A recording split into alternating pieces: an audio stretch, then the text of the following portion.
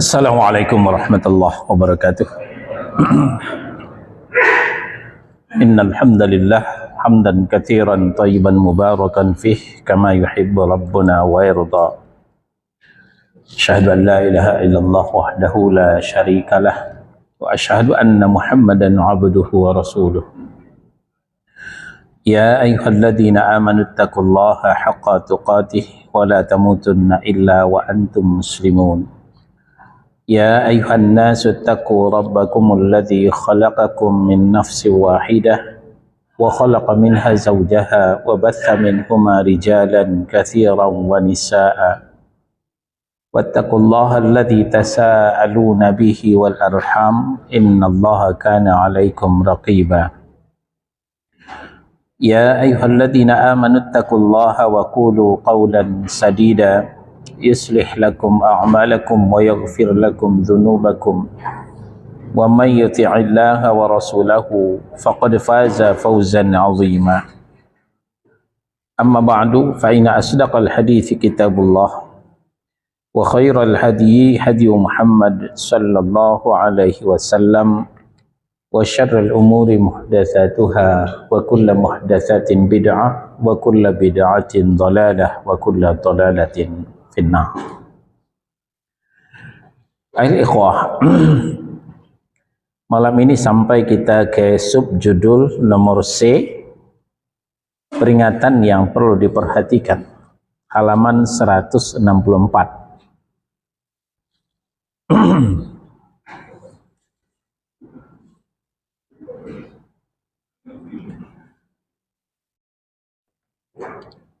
Berkata Syekh Muhammad Al-Amin Asy-Shinqiti rahimahullahu ta'ala,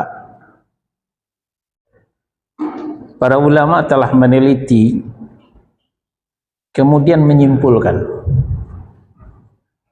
bahwa kemenangan para nabi terbagi kepada dua bagian. Kemenangan para nabi, tentu juga para rasul, terbagi kepada dua bagian. Kemenangan pertama, kemenangan yang dicapai dengan hujjah, dengan keterangan, dengan argumentasi. Tentu ini semua diramu dari dalil-dalil yang sahih dari kitabullah, dari wahyu ilahi.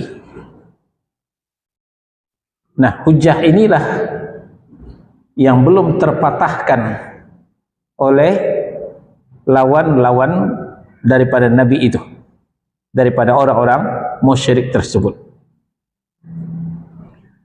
Jadi kemenangan pertama adalah kemenangan yang dicapai dengan hujjah dan keterangan. Kemenangan ini terwujud bagi seluruh nabi alaihimussalatu wassalam.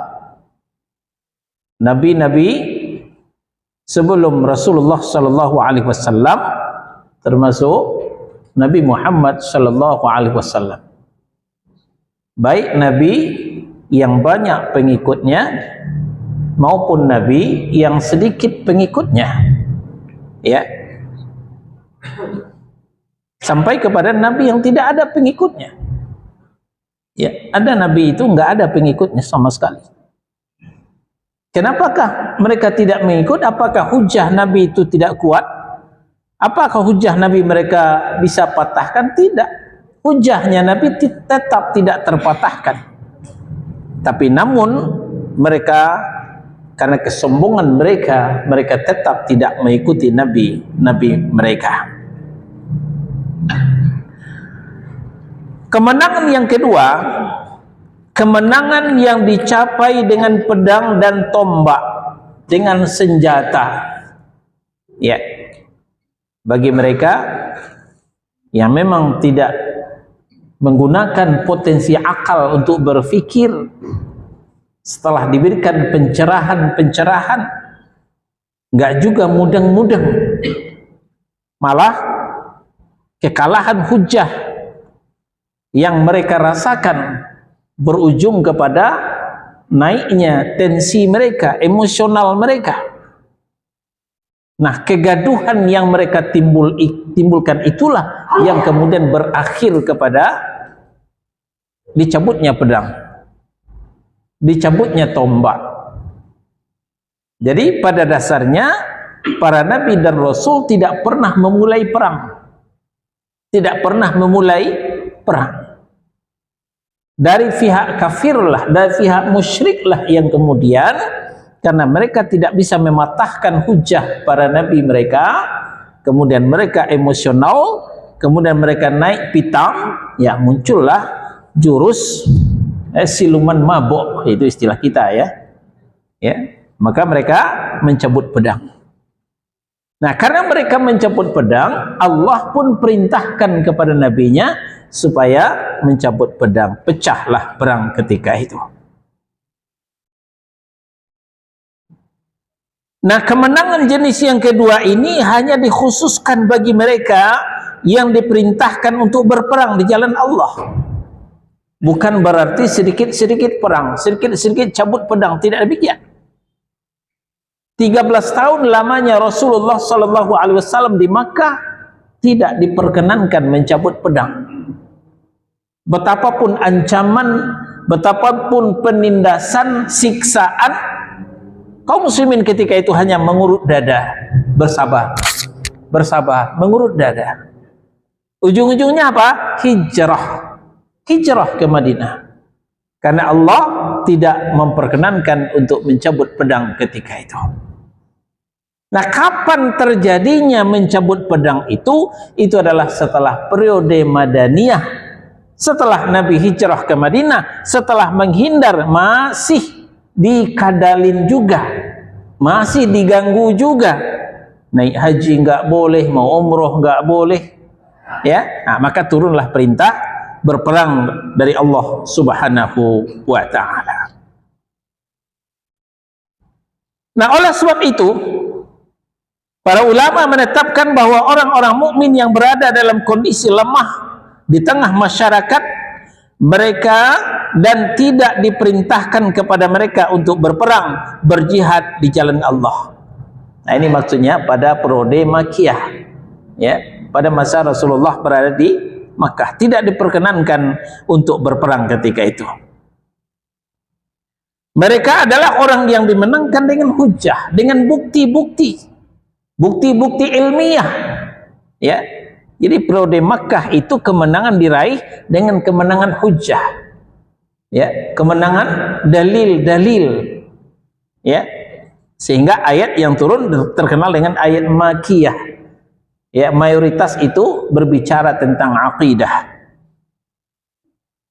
Nah, jadi kita ulang, mereka adalah orang-orang yang dimenangkan oleh Allah dengan hujah, dengan bukti-bukti ilmiah yang dapat melenyapkan dan mengalahkan setiap kebatilan dan perdebatan mereka. Ya, setiap perdebatan akhirnya dikalahkan oleh Rasulullah dengan hujah yang telak, ya, dengan dalil-dalil yang tidak terpatahkan oleh mereka. Adapun mereka yang memiliki kekuatan dan kekuasaan, mereka diperintahkan untuk berjihad agar hujah itu dapat ditegakkan dengan persenjataan.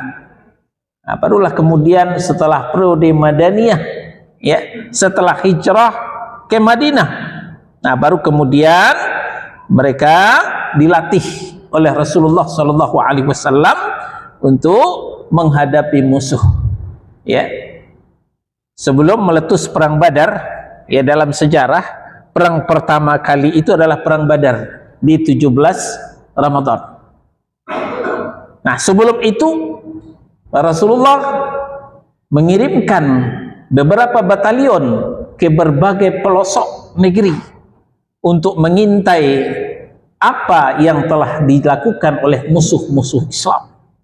Ya, kalau kita buka sirah nabawiyah, tidak kurang dari 8 batalion dikirim oleh Rasulullah ke berbagai pelosok, nah, untuk mengintai ya apa saja yang telah dilakukan oleh orang-orang musyrik Makkah. Nah, hasil daripada pengintaian itulah kemudian setelah dirembukkan kembali oleh Rasulullah Shallallahu Alaihi Wasallam dengan para sahabat, nah itulah latar belakang meletusnya perang Badar. Nah, jadi kita ulang, adapun mereka yang memiliki kekuatan, ya, yang memiliki kekuatan dan mental, baik kekuatan fisik maupun kekuatan mental dan kekuasaan, maka diperintahkan untuk berjihad. Untuk apa? Agar hujjah itu dapat ditegakkan. Ya, yang masih membandel, yang masih membangkang, ya terpaksa dengan pedang gitu. Tidak sama dengan sekarang. Sekarang hujjah belum, alasan belum, nah tahu-tahu bulldozer. Ya, bulldozer yang muncul lalu mendatarkan semua apa saja yang mencoba menghalangi, merintangi tujuan-tujuan. Tidak didahului dengan hujjah, tidak dahulu dengan alasan yang benar. Nah, ini bedanya dahulu dan sekarang. Kalau masa Nabi hujjah dulu, setelah kemenangan hujjah, nah baru kemudian kemenangan pedang, baru dengan kekerasan, tidak dibalik. Nah, dengan demikian maka hujjah ilmiah senantiasa menang pada setiap zaman. Alhamdulillah, segala puji untuk Allah Subhanahu wa taala. Para ahli hadis, ya, yang menguasai hujjah itu merupakan manusia yang paling kokoh hujjahnya, sebab merekalah yang paling banyak memiliki pengetahuan tentang Al-Qur'an. Orang yang mengetahui tentang Al-Qur'an belum tentu mereka faham dengan As-Sunnah. Tapi mereka yang menguasai As-Sunnah, nah otomatis mereka faham dengan Al-Quran. Maka kalau kita mendengar istilah Al-Hafiz, Al-Hafiz, Al-Hafiz, kalau kita apa artinya itu? Orang yang hafal Quran kan? Kalau para ulama, kalau cuma sekadar hafal Al-Quran, belum bergelar Al-Hafiz. Gelar Al-Hafiz itu sudah hafal ribuan hadis. Itu bergelar Al-Hafiz. Jadi jangankan Al-Quran, Al-Hadis pun sudah hafal ribuan. Itu baru bergelar Al-Hafiz. Jadi yang hafal hadis otomatis hafal Quran. Tapi hafal Quran belum tentu hafal hadis. Nah, di sini dikatakan para ahlul hadis. Ahlul hadis maksudnya yang menguasai hadis-hadis Nabi, merupakan manusia yang paling kokoh hujahnya. Kenapa? Sebab mereka lah yang paling banyak memiliki pengetahuan tentang Al-Quran. Ya, mereka yang banyak memiliki pengetahuan tentang Al-Quran. Nah, sehingga itulah sebabnya kenapa Umar bin Khattab radhiyallahu an berpesan.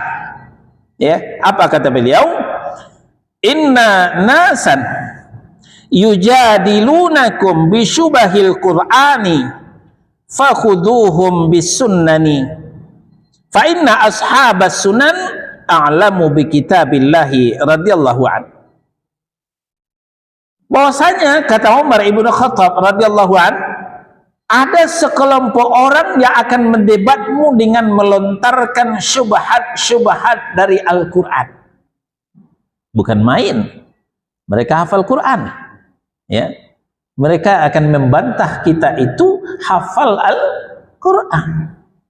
Lancar mereka membaca Quran. Kalau kita masih terbata-bata membaca Al-Quran.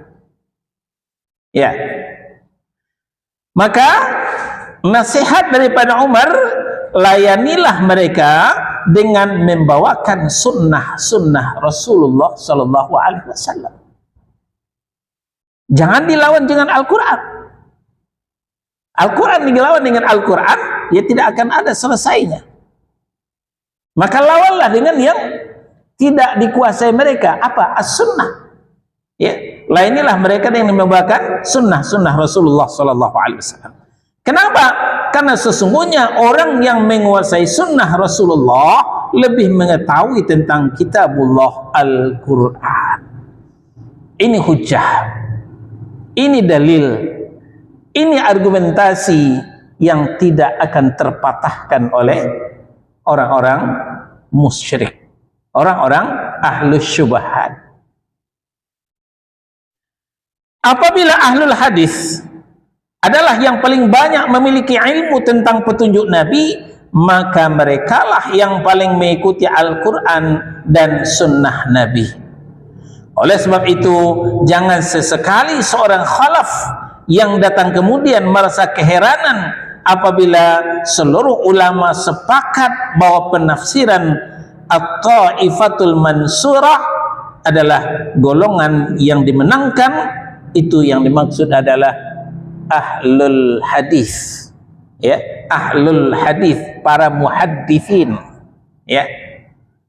Sebagaimana disebutkan dalam sabda Nabi sallallahu alaihi wasallam, "May yuridillahu bihi khairan yufaqihu fid din." Barang siapa yang Allah kehendaki suatu kebaikan untuknya, niscaya akan dipahamkan dalam ilmu agama. Diberikan kepadanya pemahaman tentang ilmu agama yang berdasarkan dari Al-Quran dan As-Sunnah itu tadi.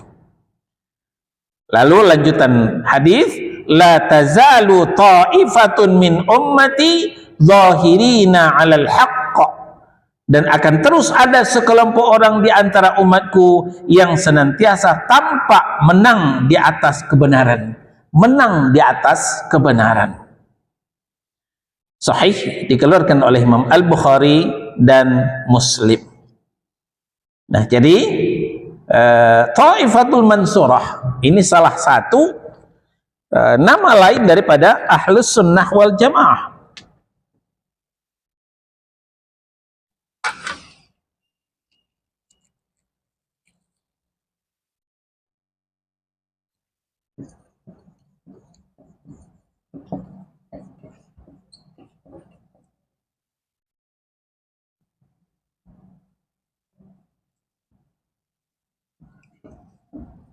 Nama lain Ahlus Sunnah,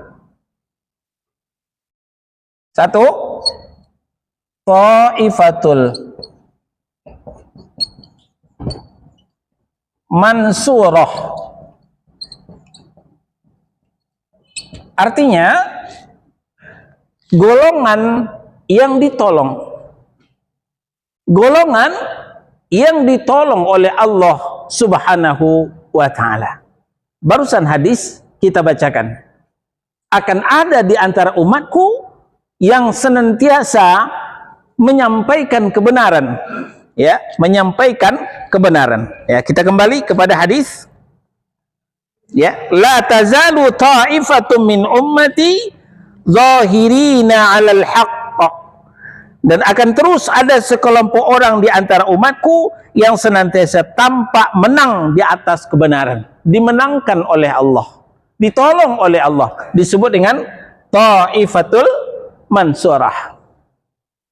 Nama lain daripada Ahlus Sunnah adalah Firqatun Najiyah, golongan yang selamat. Firqah adalah golongan, Ta'ifah golongan, Firqah golongan. Ya, itulah kekayaan bahasa Arab. Kalau Ta'ifatul Mansurah, golongan yang ditolong oleh Allah, Firqatun Najiyah, golongan yang selamat. Selamat dari mana? Selamat dari api neraka. Berdasarkan hadis iftiraq, ya, umatku terpecah menjadi 73 firqah, ya, kulluhum finnar, semuanya terancam neraka, illa millata wahidah, kecuali satu millah. Ditanya oleh sahabat, wa man hum ya Rasulullah, siapa mereka ya Rasul? Apa jawab Nabi? Siapa yang aku dan sahabatku ada di sana. Ya. Orang yang pemahamannya, pendapatnya yang sama dengan pendapatku dan pendapat sahabatku. Itu intinya. Nah, maka orang ini selamat. Maka disebut dengan firqatun najiyah. Nama daripada ahlus sunnah. Nama lain. Nah, ini yang kita sampaikan tadi. Ahlul hadis.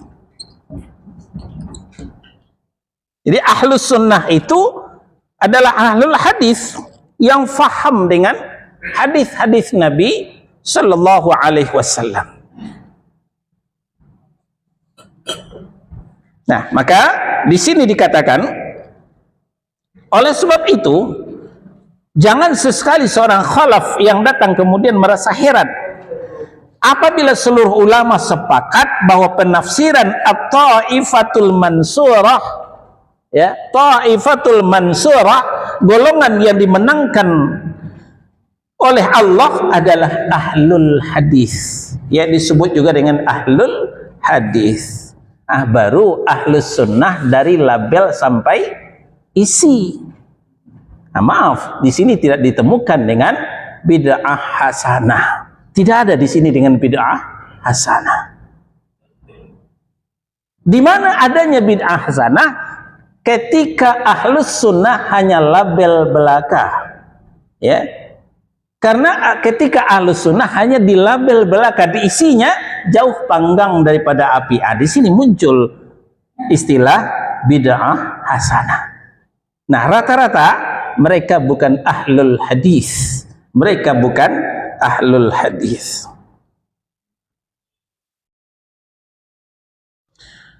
Padahal tidaklah samar bagi seorang yang bijak dalam memahami hadis ini tentang adanya keterkaitan antara kalimat pertama, yaitu pemahaman dalam agama, dengan kalimat terakhir, yaitu kemenangan bagi golongan tersebut. Hadis ini salah satu di antara ucapan Rasulullah Sallallahu Alaihi Wasallam yang singkat namun mengandung makna yang luas dalam jawamil kalim, ya.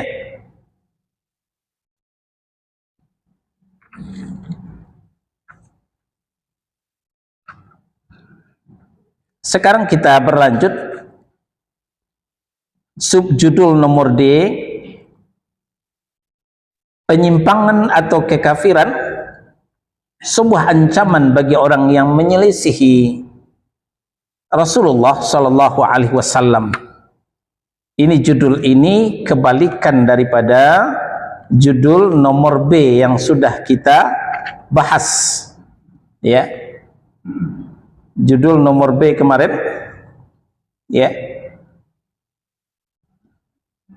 mengikuti Al-Quran dan Sunnah Rasulullah Sallallahu Alaihi Wasallam adalah benteng pengaman daripada kekafiran dan kekalahan, halaman 146. Nah, pengertian sebaliknya di nomor D ini, penyimpangan atau kekafiran adalah sebuah ancaman bagi orang yang menyelisihi sunnah Rasulullah Sallallahu Alaihi Wasallam. Jadi kalau sudah mulai menyelisihi sunnah, ya siap-siap saja tergelincir, siap-siap saja menyimpang, bahkan bisa murtad, bisa kafir. Pada pembahasan yang lalu, kata penulis, kita ketahui bahwasanya Allah Subhanahu wa Ta'ala telah menetapkan keteguhan dan ketetapan di atas agama bagi mereka yang senantiasa mengikuti nabinya Sallallahu Alaihi Wasallam. Ketetapan, keteguhan agama akan didapatkan dari mana? Dari orang yang istiqamah mengikuti nabinya Sallallahu Alaihi Wasallam. Apabila hal itu sebagai ketetapan nabinya bagi mereka, maka dia pun menjadikan orang-orang yang menyelisihi Nabi berada dalam kondisi agama yang terancam bahaya. Ya, ini merupakan warning, merupakan peringatan, ya, supaya untuk berhati-hati. Kita renungkan An-Nisa surah yang keempat ayat 61 dan 62. Wa idza qila lahum ta'alu ila ma anzalallah wa ila ar-rasuli ra'aital munafiqina yasudduna anka sududa. Dan apabila dikatakan kepada mereka, marilah patuh kepada apa yang telah diturunkan oleh Allah dan patuh juga kepada Rasul, niscaya engkau Muhammad melihat orang-orang munafik menghalangi dengan keras darimu. Ya, niscaya akan kau lihat Muhammad, orang-orang munafik akan menghalangi orang daripada mengikuti Allah dan mengikuti Rasul. Ya, mengikuti Al-Quran qala Allah, mengikuti As-Sunnah qala Rasul. Fakaifa idza asabathum musibah bima qaddamat aydihim thumma ja'uka yahlifuna billahi in aradna illa ihsanan wa taufiqa. Maka bagaimana halnya apabila nanti musibah menimpa mereka, menimpa orang-orang munafik itu disebabkan perbuatan tangan mereka sendiri. Kemudian mereka datang kepadamu, hai Muhammad, sambil bersumpah, demi Allah kami sekali-sekali tidak menghendaki selain kebaikan dan kedamaian, kata mereka. Jadi setelah mereka mentok, ya, setelah mereka tidak berhasil, setelah mereka hancur-hancuran kena musibah, apa katanya?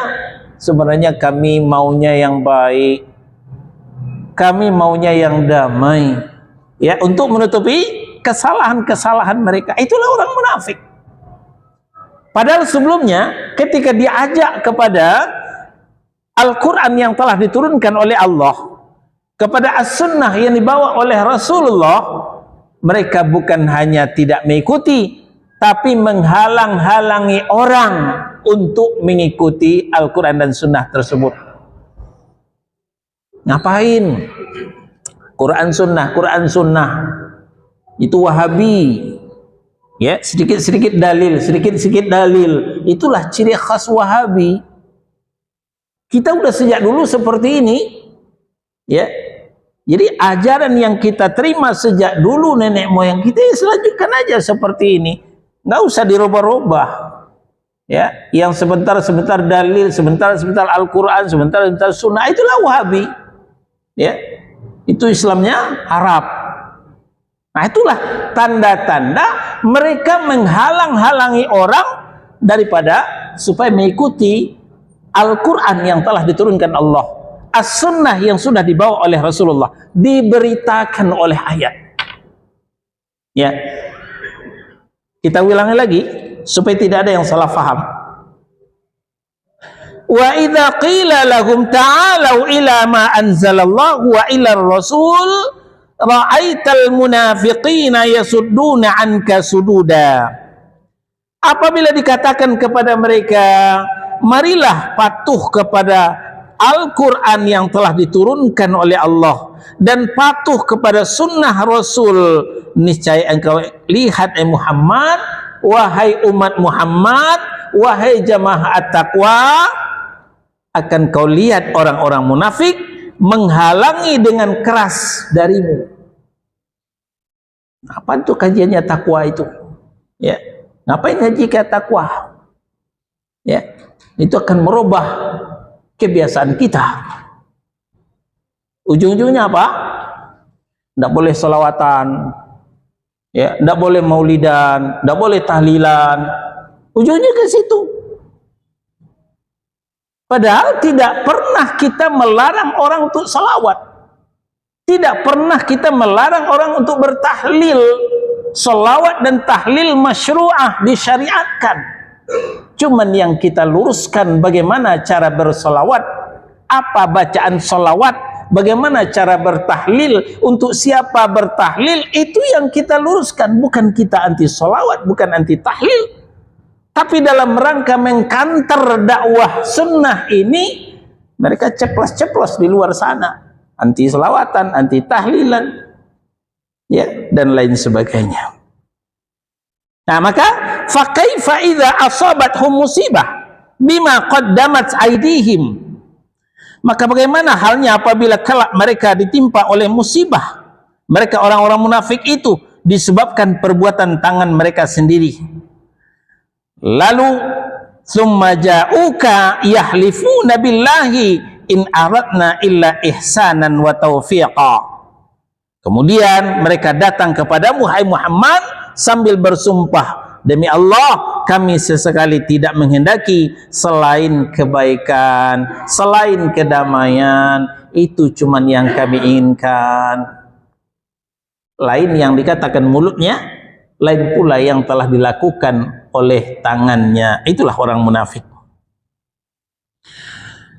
Berkata Ibnu Qayyim rahimahullahu ta'ala, mereka diancam jika mereka ditimpa suatu musibah yang mengenai akal, agama, hati, tubuh, dan harta benda mereka, adalah disebabkan karena sikap mereka yang berpaling dari apa yang dibawa oleh Rasulullah SAW dan menjadikan selainnya sebagai hakim serta berpaling dari berhukum kepadanya, sebagaimana Allah katakan, fa in tawallau fa'lam annama yuridullahu ayyusibahum bi ba'di dzunubihim. Ya, Al-Maidah ayat 49. Jika mereka berpaling dari hukum yang telah diturunkan Allah dalam Al-Quran, dari sunnah Rasulullah SAW, maka ketahuilah bahwa sesungguhnya Allah berkehendak menimpakan musibah kepada mereka disebabkan sebahagian dosa-dosa mereka. Apakah musibah bencana alam ataukah musibah bencana kemanusiaan? Sama. Bencana alam, apakah gunung meletus, tanah longsor, banjir bandang, tsunami. Bencana kemanusiaan, ya, seperti penggusuran, ya, seperti yang terjadi di Kepulauan Riau, ya. Memang secara kasat mata itu adalah kezaliman. Tapi kalau kita kaji sebelumnya, apa yang dilakukan oleh umat, apa yang dilakukan oleh mereka, ya, tidak jauh daripada dua ini. Menyelisihi qala Allah Al-Quran, menyelisihi qala Rasul sunnah yang sahih. Nah, ini dikatakan oleh ayat, ya, innama yuridullahu ayyusibahum bi ba'di dzunubihim. Allah berkehendak menimpakan musibah kepada mereka disebabkan sebahagian dosa-dosa mereka. Ya, kita tidak bisa bantu. Ya, paling kita bisa membantu dengan doa, semoga kesengsaraan yang mereka berasakan supaya segera berakhir. Ya, harta mereka yang musnah, yang hancur, semoga diganti oleh Allah Subhanahu wa taala. Dan apa yang mereka rasakan mudah-mudahan menggugurkan dosa-dosa mereka selama ini dan mereka bersabar mendapatkan musibah itu. Paling itu yang bisa kita tolongkan kepada mereka. Jika mereka ditimpa musibah tersebut sebagai akibat perbuatan mereka sendiri, niscaya mereka akan beralasan bahwa apa yang mereka lakukan itu tidak lain adalah karena didorong oleh keinginan untuk berbuat kebaikan dan taufik, ya, untuk perdamaian. Nah, muncul pula lah, ya, perbedaan itu bersatu dalam keragaman, ya. Perbedaan itu adalah rahmat. Lahir lagi hadis, ikhtilaful ummati rahmat. Perbedaan di antara umatku adalah rahmat. Ya, berdusta lagi atas nama Nabi. Nabi tidak pernah mengatakan ikhtilaful ummati rahmat, begitu. Dalam rangka apa? Membentengi penyimpangan mereka dari Al-Quran dan As-Sunnah. Padahal musibah tersebut terkadang menimpa agama seseorang hingga ia menjadi korban, lalu tidak jarang menjadi kafir. Tidak jarang menjadi kafir. Ya, korban-korban daripada bencana itu kemudian mereka terlunta-lunta, mereka kekurangan makan, kekurangan pakaian. Nah, setelah itu misionaris siap menyambut mereka. Ini yang menyebabkan kadang-kadang mereka keluar dari agama mereka. Itulah sebabnya kenapa Allah ingatkan di An-Nur surah 24 ayat 63, "Falyahdharil ladzina yukhalifuna an amrih an tusibahum fitnah aw yusibahum adzabun alim." Maka hendaklah orang-orang yang menyalahi perintah Rasulnya, ya, menyalahi sunnah, takut akan mendapat cobaan atau ditimpa azab yang pedih. Ya, ini sekali lagi warning, peringatan. Hendaklah takut orang yang menyelisih perintahnya, perintah Rasulnya, ya, menyelisih sunnah, termasuk yang membela bid'ah dengan bid'ah hasanah. Hati-hati, ya, kata Allah, antusibahum fitnah, bahwa mereka akan tertimpa fitnah, cobaan, au yusibahum adzabun alim, atau mereka ditimpa dengan azab yang pedih. An-Nur surah 24 ayat 63. Berkata Syekhul Islam Ibnu Taimiyah, Allah Subhanahu wa taala memerintahkan kepada orang yang menyelisih perintah Nabi agar waspada terhadap fitnah yang akan menimpanya. Waspada terhadap fitnah. Sedangkan yang dimaksud dengan fitnah pada ayat ini adalah riddah, keluar dari Islam, dan kekufuran. Luar biasa, ya, dahsyatnya. Fitnah ketiban gunung, belum apa-apa, ujung-ujungnya mati, selesai. Ya, ketiban COVID, nggak apa-apa, ujung-ujungnya mati, selesai. Insya Allah kena penyakit menular, syahid. Tapi kalau sudah riddah, sudah murtad, kufur, ya urusannya dunia akhirat. Urusannya dunia akhirat. Nah, ayat yang menjelaskan bahwa fitnah itu adalah kekufuran, itu ada Al-Baqarah ayat 193. Wa qatiluhum hatta la takuna fitnah, dan perangilah mereka sampai tidak ada lagi fitnah. Nah, ini yang dimaksud fitnah adalah kekufuran. Jadi kaum muslimin disuruh berperang sampai habisnya kekufuran. Itulah yang terjadi di perang Badar. Walaupun hanya 313 orang, 1000 orang kafir berhasil dipukul mundur. Mereka lari tunggang langgang, sisanya ditebas oleh pedang kaum muslimin. 70 orang mati, 70 orang jadi tawanan. Ya, jadi fitnah tersebut adalah kekufuran. Dalam riwayat Al-Faq bin Ziyad, Imam Ahmad bin Hanbal berkata, "Nazartu fil mushafi fawajadtu ta'ata rasuli fi 33 mawdi'an." Aku melihat di mushaf, di Al-Quran, kata Imam Ahmad, maka kujumpai padanya perintah untuk taat kepada Rasul terdapat pada 33 tempat.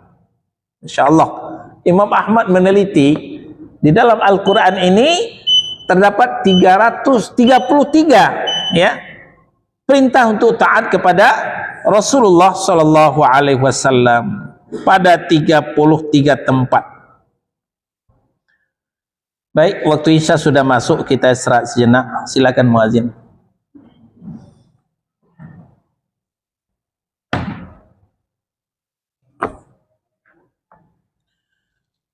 Sedikit lagi kita akan melihat dari mana asal muasal orang bisa menyelisih sunnah Rasul. Salah satu penyebabnya, ya,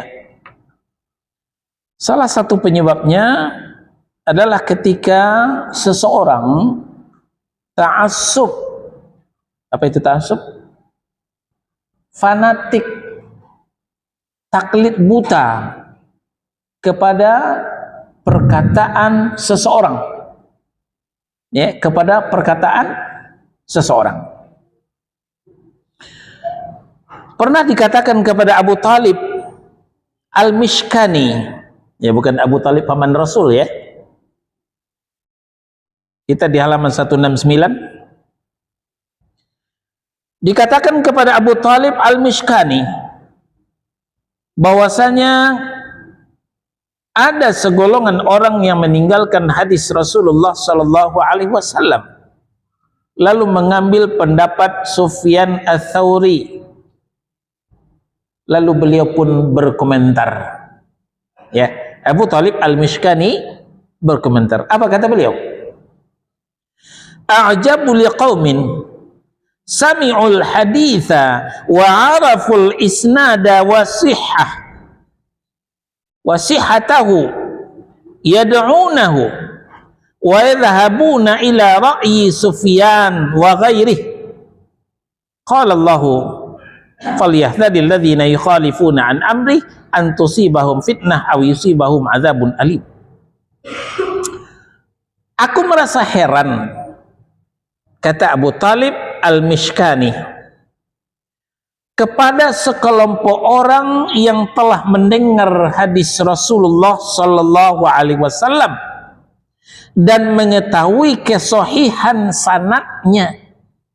Bukan hadis dhaif, bukan hadis palsu, tapi hadis sahih. Namun mereka meninggalkannya lalu mengambil pendapat Sufyan dan pendapat yang lainnya. Saya heran, kata Abu Talib Al-Mishkani. Lalu beliau membacakan ayat An-Nur surah 24 ayat 63 tadi. Falyahdharil ladzina yukhalifuna an amrih an tusibahum fitnah aw yusibahum adzabun alim. Maka hendaklah orang-orang yang menyelisih perintah Rasulnya itu takut akan mendapat cobaan atau ditimpa azab yang pedih. Nah, kalau yang kita lihat, kalau yang kita dengar, apa contoh orang meninggalkan kata Rasulullah karena mengikuti pendapat orang? Apa contoh? Siapa yang bisa jawab? Ya. Kata Rasulullah A, ditinggalkan. Oh tidak, B, karena mengikuti kata orang. Siapa yang bisa berikan contoh? Yang sangat populer, kata Nabi dalam hadis yang sahih, kullu bid'atin dhalalah. Setiap bid'ah itu sesat. Tidak ada bid'ah yang hasanah. Kalaupun Umar bin Khattab mengatakan ini adalah bid'ah hasanah, itu adalah bid'ah secara lughawiyah, bukan bid'ah secara syar'iyyah. Tapi sekarang apa yang kita dengar? Apa yang kita lihat? Bahwa bid'ah itu ada dua. Ada bid'ah yang sayyi'ah, ada bid'ah yang dhalalah, ada yang bid'ah yang hasanah. Wah, malah dipreteli lagi ada bid'ah wajib, bid'ah sunat, bid'ah makruh, bid'ah haram. Ya, makin banyak lagi. Padahal Rasulullah mengatakan bid'ah itu cuma satu, kullu bid'atin dhalalah. Nah, maka ini dikatakan oleh Abu Talib Al-Mishkani, a'jabu liqaumin sami'ul haditha wa 'araful isnada wa sahihtahu wa sihhatahu yad'unahu wa yadhhabuna ila ra'yi Sufyan wa ghairihi. Aku merasa heran kepada sekelompok orang yang telah mendengar hadis Rasulullah dan mengetahui kesahihan sanadnya, namun mereka meninggalkannya lalu mengambil pendapat Sufyan dan pendapat yang lainnya. Maka beliau membacakan An-Nur surah 24 ayat 63, falyahdharil ladzina yukhalifuna an amrih, dan hendaklah takut orang yang menyelisih perintah Rasul, ya, antusibahum fitnah, bahwa mereka akan tertimpa fitnah, tertimpa ujian, cobaan, aw yusibahum adzabun alim, atau mereka akan ditimpa azab yang pedih. Baik, sampai di sini. Insyaallah pekan depan kita lanjutkan kembali ya, bahwa fanatik dan taklid buta ini sebenarnya mentalitas karakter orang-orang Yahudi dan Nasrani. Ya, insya Allah pekan depan kita lanjutkan. Ada pertanyaan, silakan. Silakan Pak Mustafa. Tentang musibah dan azab.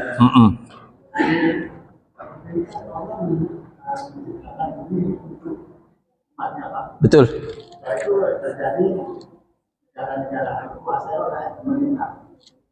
Nah, ini antara pemerintah dan rakyat perbedaan hak itu bagaimana? Pemerintah haknya dia, kalau rakyatnya haknya dia. Ya. Ya, hak pemerintah itu mengatur, ya. Hak pemerintah itu berkuasa, menguasai dan mengatur. Berkuasa supaya jangan gampang dicaplok oleh orang-orang luar, ya, oleh orang-orang asing. Itu tujuan penguasa, ya. Tujuan penguasa atau pemerintah mengatur wilayah, mengatur bangsa ini, mengatur rakyatnya, ya, supaya rakyatnya sejahtera. Kemudian, ya, mereka menguasai, ya, diadakanlah, ya, aparat seperti tentara, polisi. Untuk apa? Untuk mengamankan wilayah supaya jangan gampang dicaplok oleh orang asing. Asalnya seperti itu, Pak. Asalnya seperti itu. Ya, kita nggak tahu, ya, bagaimana kok jadi berubah. Kok yang terlihat kepentingan asing, sementara ya, kepentingan rakyat tersudutkan. Ya, tentu tidak tempatnya kita membahas di sini, ya. Tidak tempat. Tadi kalau saya mengatakan ahli hafiz Al-Quran sama ahli hadis. Nah, kita ini kan nggak ahli Quran, nggak ahli hadis, tapi berusaha ikutin ahli sunnah itu hukumnya gimana? Ya, jadi kita baru pengikut ahlus sunnah, ya, kita baru sebagai pengikut, ya, belumlah bisa disebut ahlus sunnah yang sebenarnya. Ya, ahlus sunnah itu adalah ahlul athar, ahlul hadis. Nah, itu yang dikatakan tadi. Ya, sama juga ahlul hadis, ahlul athar maksudnya, ya. Nah, kita jangankan hafal hadis, hafal Quran pun enggak, ya. Baru kita sebatas mengikut. Ya, tapi jangan berkecil hati. Orang yang konsekuen dan konsisten mengikut, maka tidak akan jauh beda dengan yang diikuti. Ya. Buka At-Taubah ayat 100. Was-sabiqunal awwalunal muhajirin wal ansar. Orang yang terdahulu dan pertama kali masuk Islam. Siapa mereka? Orang muhajirin dan orang ansar. Orang muhajirin adalah orang Makkah yang hijrah ke Madinah. Orang ansar adalah orang-orang Madinah yang menolong rombongan muhajirin dari Makkah. Satu. Walladzina taba'uhum bi ihsanin. Dan orang-orang yang mengikuti mereka dengan baik. Siapa mereka? Kita-kita ini. Orang yang mengikuti as-sabiqunal awwalun. Orang yang mengikuti muhajirin dan ansar. Apa janji Allah? Satu, radhiyallahu anhum wa radu'an. Allah ridha kepada mereka, mereka juga ridha kepada Allah. Itu di dunia. Di akhirat. Yang kedua, wa a'adda lahum jannatin tajri tahtahal anhar khalidina fiha abada. Wa dzalikal fawzul azim. Allah janjikan surga untuk mereka yang mengalir sungai di bawahnya, mereka kekal di dalamnya selama-lamanya. Itulah keberuntungan yang besar. Jadi menurut ayat ini, keuntungan yang diikuti sama dengan keuntungan yang mengikuti.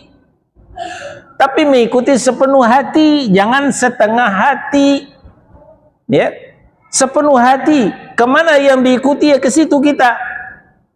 Ketika yang diikuti mengatakan kullu bid'atin dhalalah, nah kita separuh-separuh. Separuhnya dhalalah, separuhnya hasanah, ya nggak bisa. Ya, nggak bisa. Yang mengikuti harus sepenuh hati, ya, all out gitu mengikutinya. Nah, demikian Pak.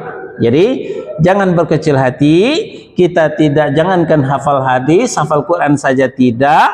Yang penting kita ikuti mereka, pemahaman mereka kita ikuti dengan baik. Itu Pak. Allahu a'lam. Ada lagi? Ya, silakan Pak Karsono.